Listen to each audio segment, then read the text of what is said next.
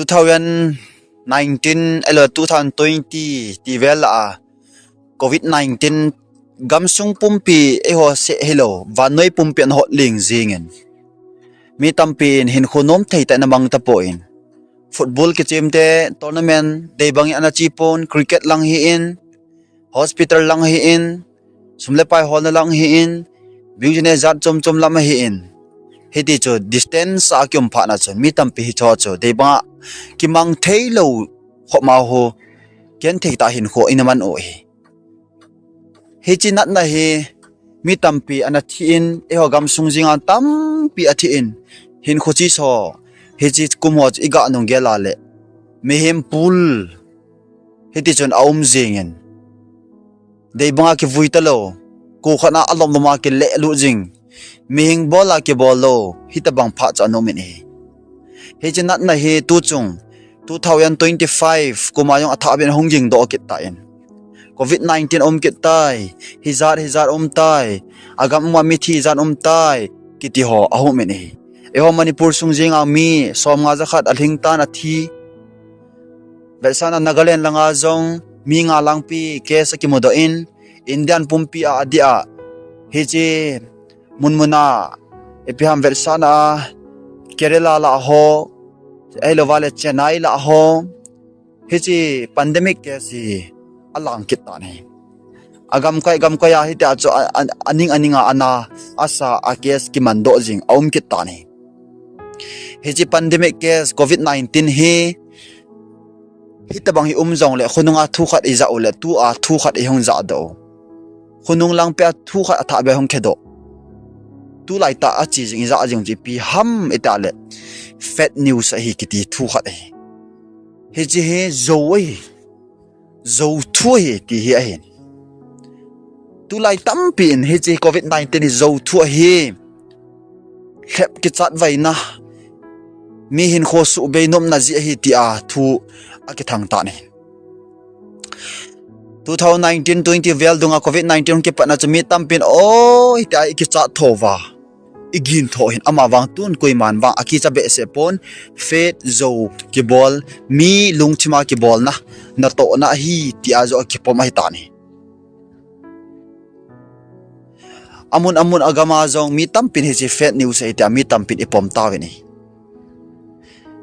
Versana tu masang yema sefali zarivala in amanu Instagram ahin post in hichung chang ahin COVID-19 pandemic hi ball thu hi zin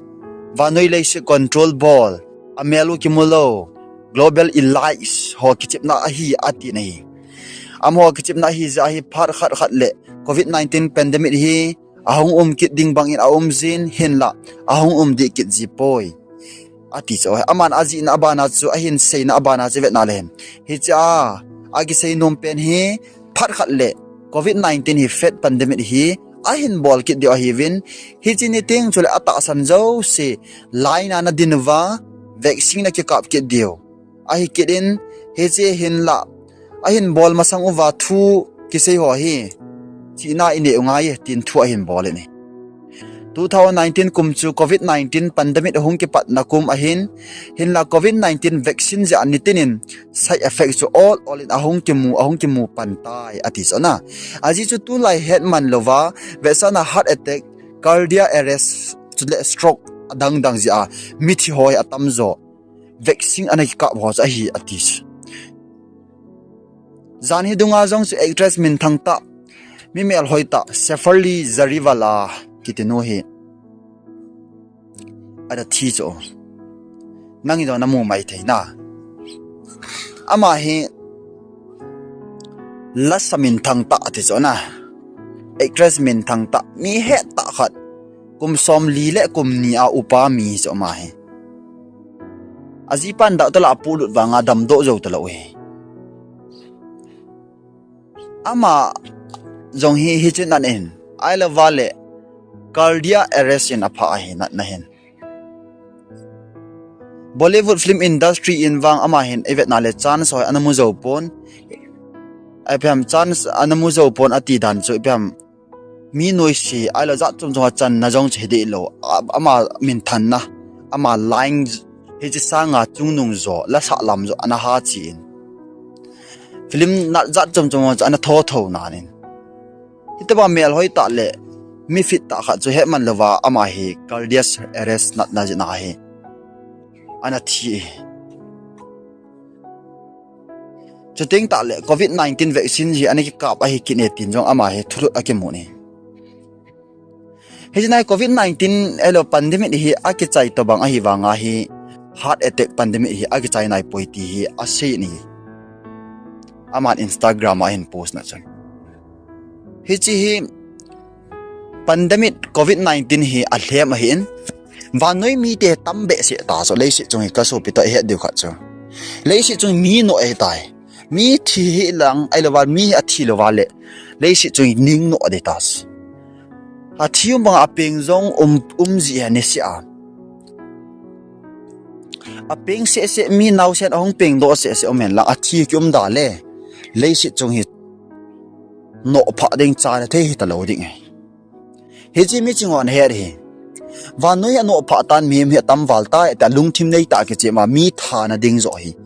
a ge lo hi he ji covid 19 ong ki patya iki chat wa vaccine lo tam piang ki ka bovin ai wan tu nga khe do chu he ji covid 19 hi fet a hin a lo ki kap ho lung thim nei ta na bol hi atis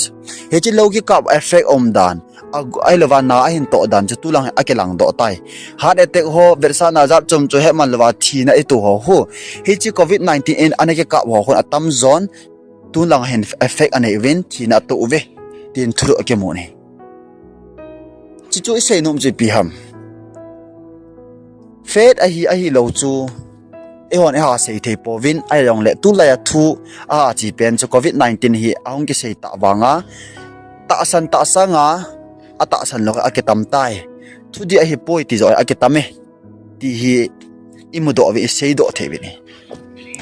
vanoi le se lep na thul lhem dim jing ta salamang thul lhem thagaw lamang thul lhem adim jing bible thutit bang goi lung gam tai nang le kyong gal do te pathin thu se agui lung ho hi pathin aw mong e ti ki chi ta salam thil ho hi min mai ma gyalo ding thagaw thu to igyal thai de ka so pyo is sang ha zong thung lai ding thul lem za chom mi sumang thei ding e sumang theun e kai mang the thil tam pi jong hong thong na lai ding ai i so e ki fight pi du a loading thil he boy a ding thil hi van noi le si pum pi ke chai ka hi gen theina anitina pung jing ding hlepna anitina pung jing ding thui lep nitina pung jing di ka so pi te ho he banga chu covid 19 ho khat ai hita kirana hi ichi theidiu ma mai apoi mo in hi chi chenar hin mang cha tu ni khwa jong hi covid 19 chung changa lunggel ngai dan ipina neyam na lunggel ai lawali ilunggelo a ki hon khat le tia hi chi hin mang cha thu ka hin ta lang ke hin tin angai zo se pathen in pathei na bo taw hen